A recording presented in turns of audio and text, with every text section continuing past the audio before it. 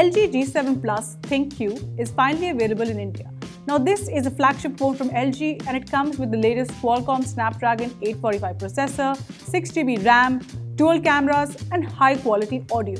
But the interesting bit is that LG has priced this phone at Rs 39,990 in India, which makes it seem a lot more appealing. But how does the LG G7 Plus perform? Here's our review.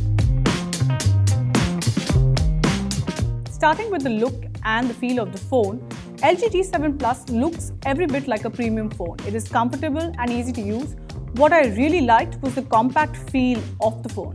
However, the glass back does make it very slippery and it gets dirty very fast. I would suggest that you do get a cover for this phone. The phone's 6-inch 2K display is one of the brightest in the market, though yes, it does come with a notch. Now, I personally don't mind the notch, but it is very apparent that some of the apps are not compatible with it.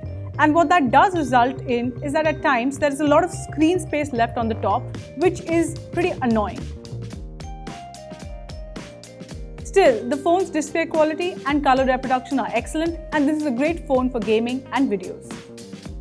Coming to performance, LG G7 Plus gave no cause for complaints. This does come with the high-end 845 chipset, 6GB RAM and 128GB storage on board, which is enough for most users. Be it multitasking on Chrome, playing games like Asphalt 9, or even running the basic ones like say Lara Croft, it all works pretty smoothly. My only major concern on the performance front would be that this device gets really warm, say when I'm gaming for 10 minutes or even if I have the camera open for a little longer. Now let's talk about the camera. This also comes packed with AI features, which is now becoming pretty common on most smartphones. What it does is that the camera recognizes the object or the scene that you're trying to shoot and will adjust the colors according to that. Personally, I'm not a fan of this AI feature. At times, it would tweak the sky excessively so that it would look so blue that it looked nothing like the real thing. Overall, though, I would say the color reproduction is pretty good. The photos have ample details in them, so I do feel that the reds bleed in some of the photos.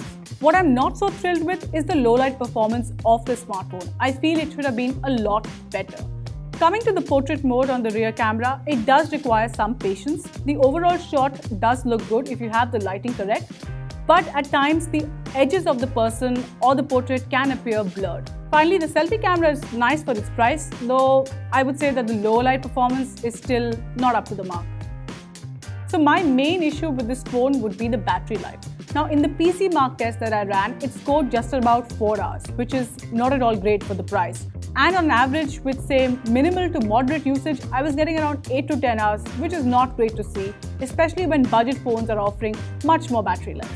LG G7 Plus also has another positive point which you might not find on another phone in this price range. It comes with excellent audio quality thanks to the Hi-Fi quad DAC. If you're an audiophile, definitely try out this phone.